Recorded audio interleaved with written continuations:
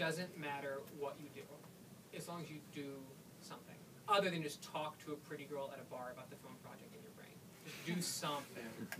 So, do not go to film school, and you can get the sum total of what you need to make a film that looks like mine, right? Which is somewhat amateur looking, but like is a film. You can get for less than $5,000 on Amazon.com tonight at your door within 48 hours, thanks to Amazon Prime. Jeff Bezos is a genius, right? You can get it, just buy it, get it, and then it doesn't matter what step it is, just take that initial step. And that actually, just the willingness to just do it. To just, let's say, cold email Bruce Cummings, who's one of the more famous North Korean experts in the entire world, and just drive out to UVA, sit down with a camera, and interview him for 60 minutes, and then come back and then tell your woman about it. That's like, just doing that will distinguish you from 98% of the aspiring filmmakers on planet Earth. So just do anything. It doesn't cost as much as you want to, and under no circumstances should you go to film school. Casey went to film school. Yeah, I know. We both have master's degrees, so... I went to music school. I know. So maybe a couple more quick questions. Anyone? Yeah. How are you going to make sure that people that don't agree with us actually see these films? Like, what are your distribution channels? Let's go this way. So I'm doing mostly film festivals and open public screenings. The vast majority of them have not been of any particular ideological bent. And then I'm also selling it online as well. Yeah, that's my plan. Since we haven't premiered it yet, we have distributors that have been talking to us out of the gate, but there's nothing locked up yet. But ultimately, distributors don't care as much about whether they agree or disagree with it.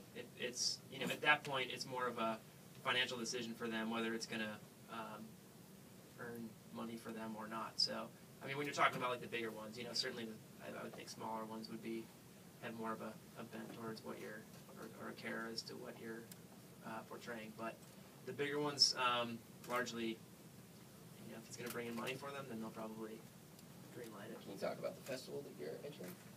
Or that you're premiering? Well, I can't officially yet, unfortunately, because because once I have to let them release it first, and then we can make it public. So cool. It's not Sundance or anything, but it is a big. It is in Syria. Yeah, exactly. Now, we're, well, as Rob mentioned at the beginning, I have a new web platform called honestenterprise.tv that No Man's Land is hosted on, and we're doing a little bit of an ad campaign around it, so hopefully people will see it that way. I haven't done this yet because I only launched about a month ago, but we're going to start doing some festivals. To the festival point, some I won't be able to do for various institutional reasons, and also because a lot like premieres, a lot like to make sure that they're the first ones to have shown the film, and obviously it's available online, so you can watch it for free, and they don't like that as much. But and then what I'm also doing, and this is just something that I happen to have an into more than probably most, is a lot of college classrooms, and a lot of professors are using my film in their classes, which is another way to do it. But to Casey's point too, I think part of the problem, and Rob's point earlier, part of the problem with libertarians getting into non-libertarian venues is not the content, it's not the ideas, it's that the films are bad. It's just that the movies are really terrible a lot of the time. So it's not. I don't think it's so much a barrier in terms of, well, you're a libertarian and therefore I don't want to see this story. If it's a well-told story, they're going to want it, But if it's badly made and badly produced, and it's not, it's not very. And you see that a lot, unfortunately. So part of, I think one of the things I'm really grateful about this opportunity is to start seeing some more people who are trying to raise the bar a little bit. Which is really cool, so. Yeah. Maybe a last question or two? If not, yeah.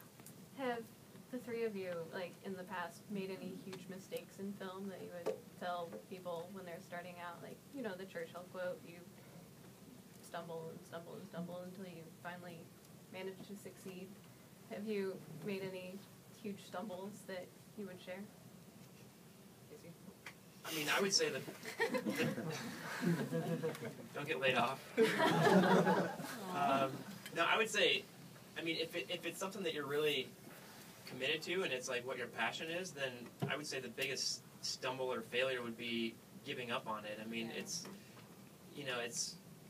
one thing. I come from an accounting background, and I was an auditor working in Chicago for a couple of years before I made the transition here. And I basically gave it up and didn't look back. And I mean, it's certainly been ups and downs. And I mean, there's certainly you're going to have like, minor bumps and that look a lot larger than they are on a given like production day where, a battery goes out or a cable, whatever it is, or your audio wasn't top notch. But those are like, minor bumps and I think the biggest failure would be giving up on that if it's truly what you're wanting to do. I would just say just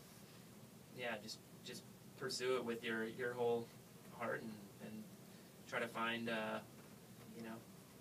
there's plenty of, we're in an age now where multimedia is just, people are like just itching for it, whether it's companies or nonprofits or whatnot. So it's, there's outlets out there, and it's, in a lot of ways it's just a matter of, how bad you want it. So, and it certainly there's, that's a simplified way of looking at it, but just go at it full steam and don't take no for an answer. I would say two things.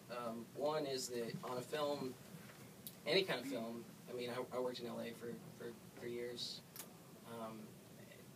Any kind of entertainment, anything, actually, nothing ever works the way that you want it to. Absolutely not. Like, the minute it's the best thing in the world to make a ton of plans, but as I told my assistant that I had when we went to New York to shoot No Man's Land, we had made all these wonderful plans, and as we were getting up there, ready to start our first interview, or really ready just to get to the hotel, I said, all right, just prepare yourself.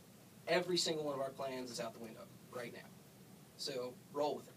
And sure enough, very first day, very first thing that happened was the guy that we had scheduled for that afternoon called to postpone or cancel. And we had to completely rework the way that we were thinking about what we could do for that first day. And you're limited on time, right? You're on, location. So nothing ever works the way you want it to. So yeah, there are mistakes, technical mistakes. They're just all the time, and you just have to do your best to manage your way around them and be prepared enough to avoid them whenever possible. Yeah, I say, this is a good. I have one other point. The other point is there's a, and I'm not even gonna try to quote it because it's awful, but Ira Glass made this point that I keep on my door in my office, which is the reason that people give up on art a lot of times is because there's this huge gap at the beginning between your vision for what it should be and the skill that you need to actually execute on that vision. And I think giving up before you've closed that gap is probably a big mistake if you do that. Yeah, that's actually from the commencement speeches on YouTube. Just immediately YouTube that tonight, preferably. Yeah. He also has a great series on storytelling.